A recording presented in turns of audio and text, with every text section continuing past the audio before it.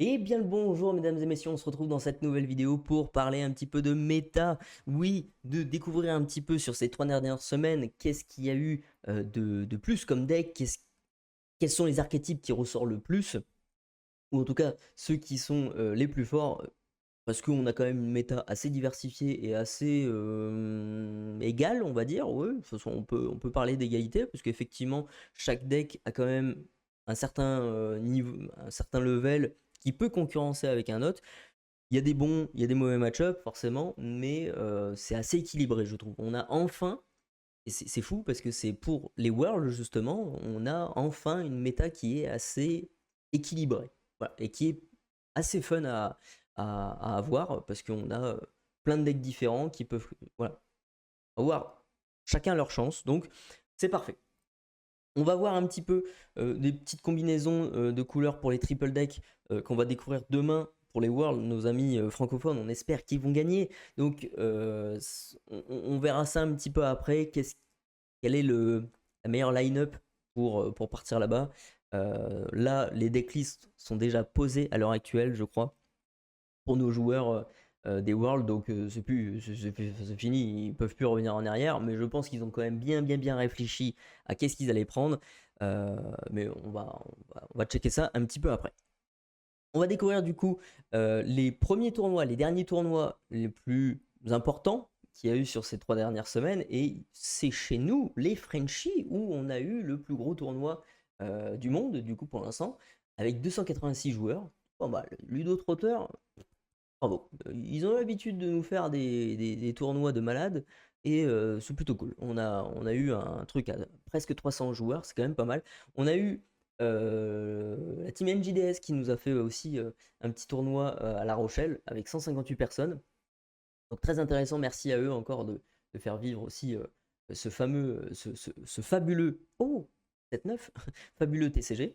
Donc on a eu quand même pas mal de tournois, j'en ai eu 36, j'en ai enregistré 36, donc ça fait quand même pas un paquet de decks, parce qu'à chaque fois il y avait 8 decks, enfin, top 8 quoi, à enregistrer, donc voilà, ça fait quand même pas mal de decks. On va découvrir ça tout de suite, à savoir 300, ah non, 316 decks, c'est la totalité, excusez-moi. On va voir ça juste après, mais c'est pas loin, c'est dans les 280, un truc comme ça, decks que j'ai enregistré pour enfin, vous présenter en tout cas les chiffres de ces 3 dernières semaines. C'est à peu près 280 decks. Effectivement, depuis le début du jeu, depuis le début du 7-8, c'est 316 decks que je vous ai enregistrés. Et on a quand même un Burst Steel qui est encore une fois le deck le plus joué. Ruby Saphir qui est ensuite le deuxième. Et ensuite on a le fameux Discard, le fameux violet-vert qui... Moi j'adore ce deck. Voilà, j'hésite vraiment à passer sur ce deck-là, le violet-vert discard, parce que j'adore déjà le form factor. Non, absolument pas. J'adore le design de ce deck-là, de ces deux couleurs-là. Et puis surtout, le discard, ça change un petit peu du deck que je joue depuis le 7-5, c'est-à-dire Humber Steel Tempo. Voilà. Ça change un petit peu. Voilà, ça fait du bien hein, de changer un petit peu. Mais, on peut s'apercevoir que c'est le deck le plus joué. En tout cas, l'archétype le plus joué, Humber Steel, avec 30% presque de la méta. Et là, il a eu, en l'espace de 3 semaines, 81 decks qui ont été placés dans les top 8. Quoi. C'est quand même énorme. Alors, on peut pas connaître la totalité enfin, on pourrait, mais enfin bref, là c'est trop de travail. Mais en tout cas, la totalité des decks qu'il y avait à Ludo Trotter, par exemple, au Ludo Fest, combien il y avait de Humber Steel, voilà, est-ce que c'était la majorité du truc? Je peux trouver ces infos-là, mais effectivement, je n'ai pas été regardé, mais là, j'enregistre uniquement les top 8, et il y en a quand même pas mal. Voilà, en 3 semaines, 81 decks Humber Steel, voilà, c'est parlant, c'est parlant. C'est le meilleur deck, je pense, de ce set-là. Même si chaque deck a sa chance, voilà, je pense que c'est quand même celui qui fait les meilleurs résultats, donc le meilleur deck. Voilà, bref. On a du coup cette metagame de la semaine, de ces 3 dernières semaines, 288 decks, comme je vous disais, j'étais pas loin. Effectivement, on a une omniprésence du Humber Steel, alors à savoir le tempo et le Steel Song, hein, bien entendu, on a les deux decks. Ruby Saphir, lui, il n'y a qu'un seul deck, c'est un deck contrôle, voilà, basta. Il y en a 48, et ensuite ça va être le violet vert, du coup, comme on l'avait vu sur le graphique juste avant, qui est le troisième deck dominant dans ces top 8. Donc je vous laisse regarder un petit peu en détail si vous voulez en mettant en pause la vidéo, et on va passer sur ce graphique là avec ces graphiques là, avec le top des archétypes. J'aime bien vous présenter ce truc là parce que ça nous donne une idée de quel est l'archétype qui fait le plus de top 1, de top 2, pardon, de top 3, etc., etc. Ça donne une petite idée de quel est le meilleur deck, quoi, quel est le meilleur archétype. C'est intéressant, moi je trouve. Et là, c'est la première fois, je crois, il me semble que c'est la toute première fois que depuis que je vous propose ce genre de vidéo, qu'on a un archétype qui domine tout, tous les tops. Voilà, le top 1, c'est Humber Steel, le top 2, c'est Humber Steel, le top 3, petite nuance, Humber Steel domine avec le Ruby Saphir. Donc c'est le seul moment où Humber Steel se fait un petit peu embêté, j'ai envie de dire. Donc voilà, c'est anecdotique. On peut dire que c'est Humber Steel aussi, tu vois. C'est Humber Steel pour le top 3, le top 4 pareil, le top 5 pareil, le top 6 pareil, le top 7 pareil, et le top 8 pareil. Donc là vraiment c'est la première fois, je crois me souvenir que c'est la toute première fois qu'un archétype domine totalement les tops des tournois en fait. C'est fou. C'est pour vous dire que là, Humber Steel aggro a bien EP. Et le Steel Song ramène sa fraise encore une fois comme d'habitude pour consolider les acquis. Voilà. À eux deux, du coup, ils ont combien de pourcentage de win rate, pardon. Eh bien, à eux deux, ils ont 63% de win rate sur la totalité de la méta. Et du coup, le deck tempo, lui, a 33% de win rate et 30% de win rate pour le Steel Song.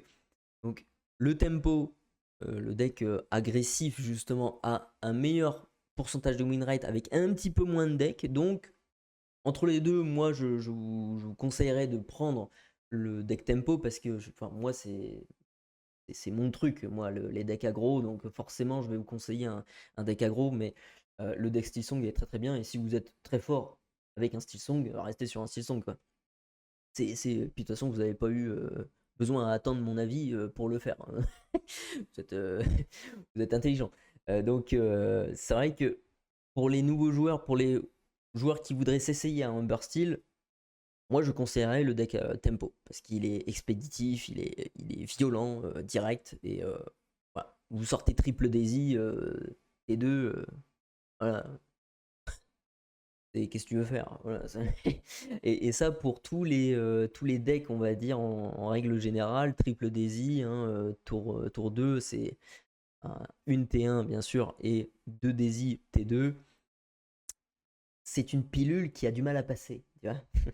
Donc voilà, on est sur le meilleur archétype pour moi, et les chiffres le présentent comme ça aussi. Le violet-vert est le deuxième meilleur deck, avec un pourcentage de win rate du coup de 39%, alors 40% en arrondissant bien évidemment. C'est un deck qui fait quand même pas mal de top 1, donc c'est pas négligeable, quoi. Et enfin, on a le Ruby Saphir qui lui reste de toute façon l'un des meilleurs decks. Il a 34% de win rate dans la totalité des tournois que j'ai calculés. Donc c'est moins que le violet vert. Et le violet vert est quand même moins présent que le rubis saphir.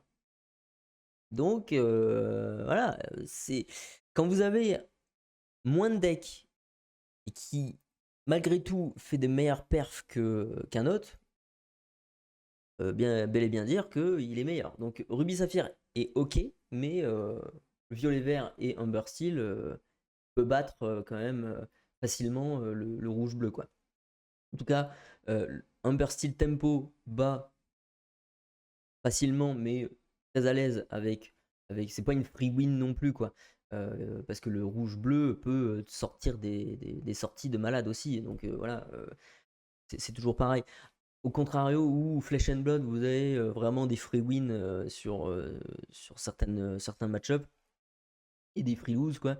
Là, c'est pas le cas dans l'Orcana. On peut encore s'en sortir avec un rouge-bleu. Voilà, vous sortez T6, vous sortez des trucs, des anti-bêtes de masse, etc., etc. Et vous gérez à tous les tours et vous reprenez la main. Ça, c'est déjà vu. Donc, voilà, faut considérer le bleu-rouge comme l'un des meilleurs decks, bien évidemment.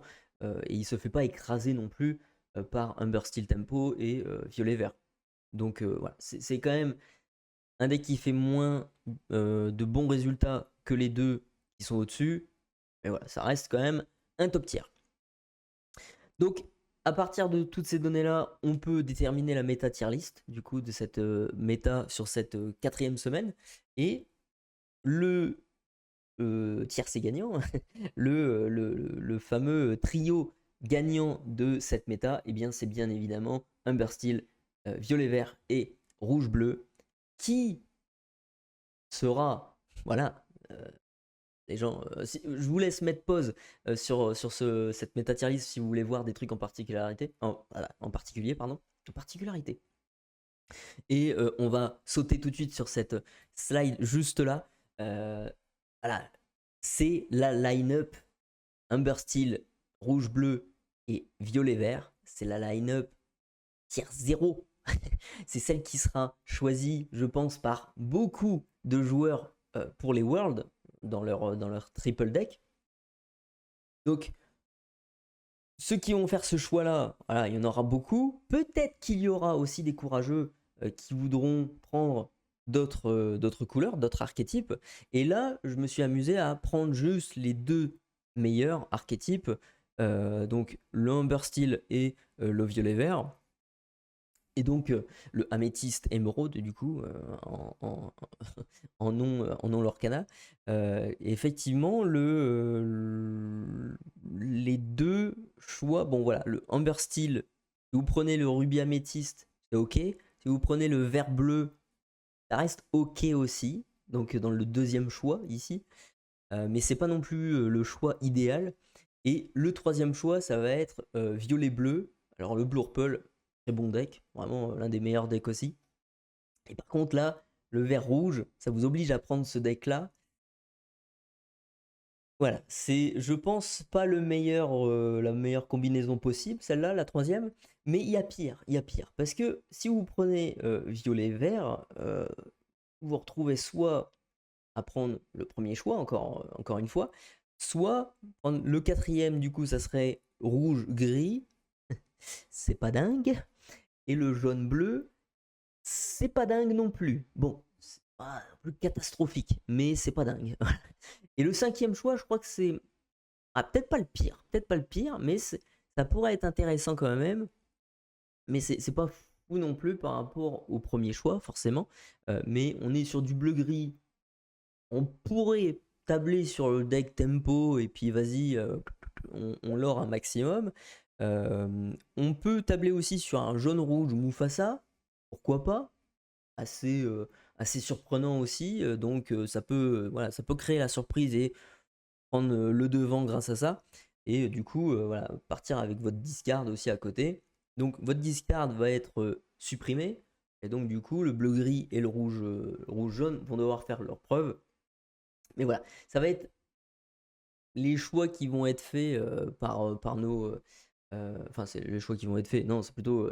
Ils ont déjà fait leur choix. Je pense qu'ils se portent presque tous sur cette première line-up. Dites-moi, vous, ce que vous en pensez en commentaire. Quelle line-up vous voulez prendre sur ces 5-là. Mais il y a fort à parier que la majorité choisisse le premier, hein, parce que voilà, les chiffres sont là. Voilà, le Humber Steel meilleur deck, le violet vert meilleur deck, deuxième meilleur deck et troisième meilleur deck le rouge bleu. Voilà, qu'est-ce que tu veux faire d'autre? Tu pars sur ça et basta. Peu importe la stratégie qu'il y a en face, voilà, prends les meilleurs decks, c'est tout, basta. Il n'y a pas à chercher plus loin, c'est tout.